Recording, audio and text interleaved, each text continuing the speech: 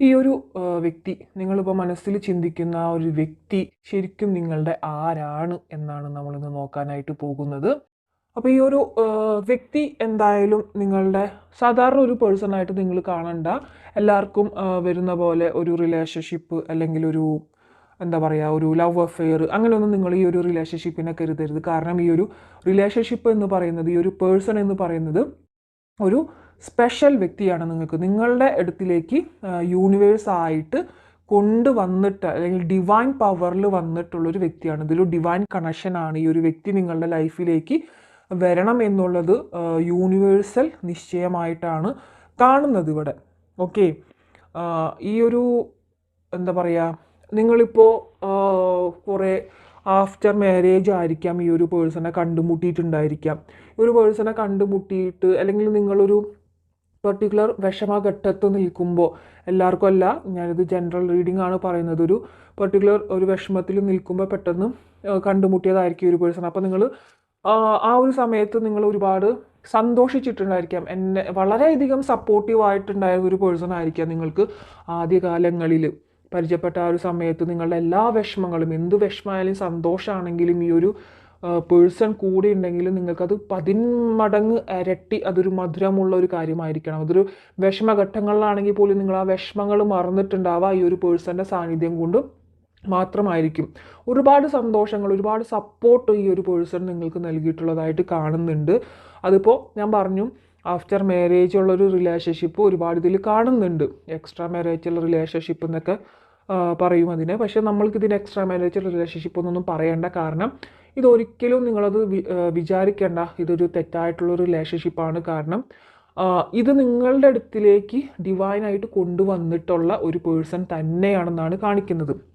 അതുകൊണ്ട് തന്നെ നിങ്ങൾക്ക് ആദ്യ കാലഘട്ടത്ത് വളരെയധികം സന്തോഷവും, അതായത് ജീവിതത്തിൽ ഒരിക്കലും ഇത്തരത്തിലുള്ളൊരു സന്തോഷം വേണമെങ്കിൽ നിങ്ങൾ അനുഭവിച്ചിട്ടുണ്ടായിരിക്കില്ല.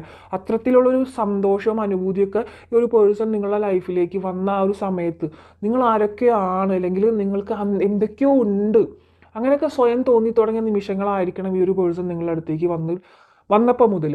പക്ഷേ കുറച്ചങ്ങോട്ട് കഴിഞ്ഞപ്പോഴേക്കും നിങ്ങൾ തമ്മിലൊരു ഗ്യാപ്പ്, അല്ലെങ്കിൽ ഈ ഒരു പേഴ്സൺ നിങ്ങളിൽ നിന്നും ഒരു ഗ്യാപ്പ് കാണിക്കുകയും, അല്ലെങ്കിൽ എപ്പോഴും വിളിച്ചിരുന്ന ആ ഒരു ടൈമിലേക്ക് വിളിക്കാതിരിക്കുക.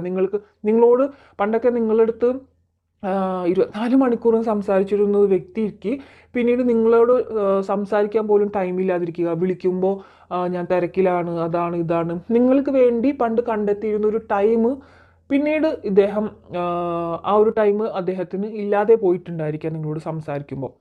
അപ്പോൾ ആ ഒരു സമയത്ത് നിങ്ങൾക്ക് ഒരുപാട് എന്നുവെച്ചാൽ പെയിൻഫുൾ എന്ന് പറഞ്ഞു കഴിഞ്ഞാൽ മരണതുല്യമായിട്ടുള്ള വേദനയൊക്കെ നിങ്ങൾക്ക് കിട്ടിയിട്ടുണ്ടായിരിക്കാം. ഒരു ഡിപ്രഷൻ സ്റ്റേജ് കാര്യങ്ങളിലേക്കൊക്കെ നിങ്ങൾ പോയിട്ടുണ്ടായിരിക്കാം.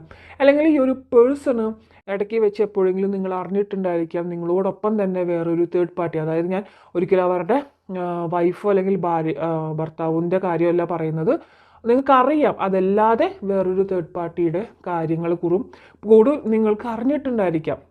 അല്ലെങ്കിൽ നിങ്ങളെ മുമ്പിലേക്ക് യൂണിവേഴ്സ് അത് എത്തിക്കുന്നതാണ്. ഈ ഒരു പേഴ്സൺ ഇപ്പോൾ എന്ത് പറഞ്ഞാലും, അല്ലെങ്കിൽ ആ ഒരു പേഴ്സൺ എന്ത് കാണിച്ചാലും നിങ്ങൾക്ക് അറിയുന്നുണ്ടായിരിക്കാം ആ ഒരു പേഴ്സൺ പറയുന്നത് നുണയാണ്, അല്ലെങ്കിൽ ആ ഒരു കാര്യത്തിനെ കുറിച്ചുള്ള സത്യം എങ്ങനെയെങ്കിലും യൂണിവേഴ്സ് നിങ്ങളുടെ മുമ്പിൽ വെളിപ്പെടുത്തിയിട്ടുണ്ടായിരിക്കാം.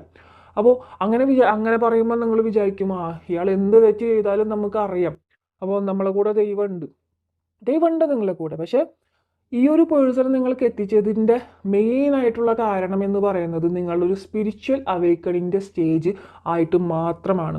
Okay, of course financial problems ഒക്കെ ഉണ്ടായിക്കഴിഞ്ഞാലും നമുക്ക് നമ്മളൊരു സ്പിരിച്വലി കാര്യങ്ങളിലേക്ക് കടക്കും. പക്ഷേ ഒരു ലവ് റിലേഷൻഷിപ്പ് വന്നു കഴിഞ്ഞാൽ, ഇപ്പം ഫോർ എക്സാമ്പിൾ പറയുകയാണെങ്കിൽ, ഇപ്പം നമ്മളുടെ ലൈഫിൽ നമ്മളുടെ അച്ഛനോ അമ്മയോ മിണ്ടാണ്ടായി കഴിഞ്ഞാലോ, അച്ഛനോ അമ്മയോ നമ്മളെ വിട്ടുപോയാലോ, നമ്മൾ ഒരിക്കലും പോയി ആത്മഹത്യ ചെയ്യാനോ ഒരു ഡിപ്രഷൻ മോഡിലേക്ക് പോകുന്നില്ല, അല്ലേ?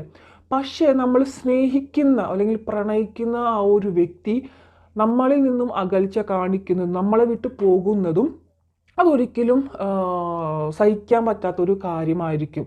ആ ഒരു പേഴ്സൺ വിട്ടുപോകുന്നു എന്ന് അറിയുമ്പോൾ നമ്മൾ അതിന് വേണ്ടിയിട്ട് പല രീതിയിലും ട്രൈ ചെയ്യുന്നുണ്ടായിരിക്കും. എന്തൊക്കെ നഷ്ടപ്പെട്ടാലും വേണ്ടില്ല, നിങ്ങൾക്ക് ആ ഒരു പേഴ്സണെ തിരിച്ച് പിടിക്കണം. അത് നഷ്ടപ്പെട്ടു പോയി കഴിഞ്ഞാൽ ഞാനില്ല എന്നുള്ളൊരു തോന്നലിൽ നിങ്ങളതിന് വേണ്ടി പ്രയത്നിക്കും. പിന്നെ മാനിഫെസ്റ്റേഷൻ മെത്തേഡ്സ്, അമ്പലങ്ങളിലൊക്കെ പോയി പ്രാർത്ഥിക്കുക, അമ്പലങ്ങളിലൊക്കെ കയറി നിറങ്ങി പ്രാർത്ഥിക്കുക, അതൊക്കെ ആയിരിക്കും നിങ്ങൾ ചെയ്യുന്നുണ്ടായിരിക്കുക. അതെന്താണെന്ന് വെച്ച് കഴിഞ്ഞാൽ നമ്മളുടെ അവരുടെ ഒരു അച്ഛനമ്മയും പിരിഞ്ഞാൽ വിഷമം ഉണ്ടാവും, അച്ഛനമ്മയും പിരിഞ്ഞാലും കാര്യങ്ങളൊക്കെ വിഷമം ഉണ്ടാവും. പക്ഷേ അത് നമ്മളത് വിട്ടിട്ട് മുന്നോട്ട് ജീവിക്കും. അതെ, ഒരുപാട് പ്രണയിക്കുന്ന ആൾക്കാർ ആത്മഹത്യ ചെയ്തിട്ടുണ്ട്. ലവ് ഫെയിലിയർ അല്ലെങ്കിൽ പ്രണയ നിരാശ, ചതി എന്നൊക്കെ പറഞ്ഞിട്ട് ഒരുപാട് നമ്മൾക്ക് കേസുകളുണ്ട്. അതെന്താണെന്ന് വെച്ച് കഴിഞ്ഞാൽ ഈ ഒരു പെർട്ടിക്കുലർ കാര്യത്തിന് പ്രത്യേക തരത്തിലുള്ളൊരു വേദനയായിരിക്കും. ആ വേദന എന്ന് പറയുമ്പോൾ അത് ബാക്കിയുള്ളവർക്ക് പറഞ്ഞാൽ ചിലപ്പോൾ മനസ്സിലായിരിക്കുന്നില്ല, അത്രമാത്രം ഒരു വേദന ഉണ്ടാവും. അപ്പോൾ ആ ഒരു വ്യക്തിക്ക് വേണ്ടിയിട്ട് നമ്മൾ സ്പിരിച്വലി അവേക്കണിങ് ആവും, അല്ലെങ്കിൽ ആ ഒരു ദൈവത്തോട് നമ്മൾ കൂടുതലായിട്ടും അടുക്കും. അതിന് മുമ്പ് നമ്മൾ അമ്പലങ്ങളൊക്കെ പോകും, പ്രാർത്ഥിക്കും, കാര്യങ്ങളൊക്കെ ഉണ്ട്. പക്ഷെ ഇങ്ങനൊരു സിറ്റുവേഷൻ എത്തുമ്പോൾ നമ്മൾ വല്ലാതെ തകർന്നു പോകുന്നൊരു നിമിഷമായിരിക്കും അത്. അതിനോടൊപ്പം തന്നെ സ്പിരിച്വലി നമ്മൾ എന്തൊക്കെ ചെയ്തിട്ടാണ് ആ ഒരു കാര്യത്തെ നേടിയെടുക്കാമെന്ന് നിങ്ങൾ പ്രയത്നിക്കും. പിന്നെ ഈ പറയുന്ന ടാരറ്റ് കാർഡ്സ് റീഡിംഗ് ഒക്കെ നിങ്ങൾക്ക് കാണാനിടയാവും. പിന്നെ എന്താണ് സോൾമേറ്റ്, എന്താണ് കാർമിക്, ട്വിൻ ഫ്ലെയിം, ഇങ്ങനെയൊക്കെയുള്ള കുറേ കാര്യങ്ങൾ നിങ്ങൾ പഠിക്കും. മാനിഫെസ്റ്റേഷൻ മെത്തേഡുകൾ പഠിക്കും.